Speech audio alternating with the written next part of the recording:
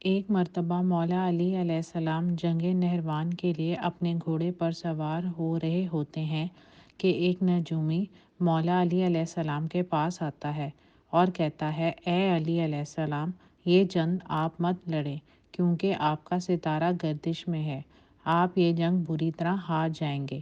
مولا علی علیہ السلام اس کی بات سن کر گھوڑے سے نیچے آ جاتے ہیں اور اس نجومی کو کہتے ہیں، اچھا تم ستاروں کے حال جانتے ہو؟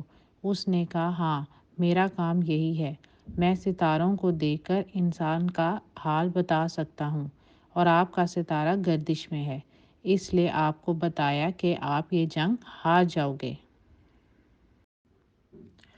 مولا علی علیہ السلام نے اس نجومی کو کہا، اچھا وہ سامنے ایک گھوڑی ہے جو پیٹ سے ہے، بتاؤ اس کے پیٹ میں نر ہے یا مادہ ہے؟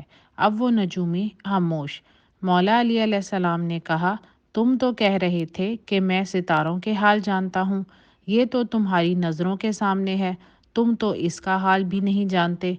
مولا علی علیہ السلام نے کہا، اچھا بتاؤ کون سا ستارہ جب ٹوٹتا ہے تو اونٹ پر ایک حرکات ظاہر ہوتی ہے؟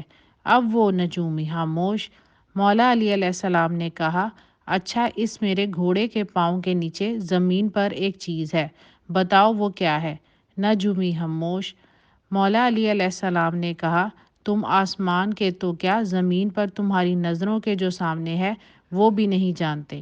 سنو اے شخص، میں علی اب تجھے بتاتا ہوں۔ علی کی زندگی کی سب سے کامیاب یہ جنگ ہوگی، میرے 10 لوگ بھی اس جنگ میں نہیں شہید ہوں گے اور میرے مخالف کے 10 لوگ بھی نہیں بچیں گے۔ اور پھر تاریخ میں لکھا ہے کہ جنگ نہروان میں مولا علی علیہ السلام کا کوئی ساتھی بھی شہید نہیں ہوا تھا اور مولا علی علیہ السلام کے مخالف کے صرف 9 آدمی بچے تھے۔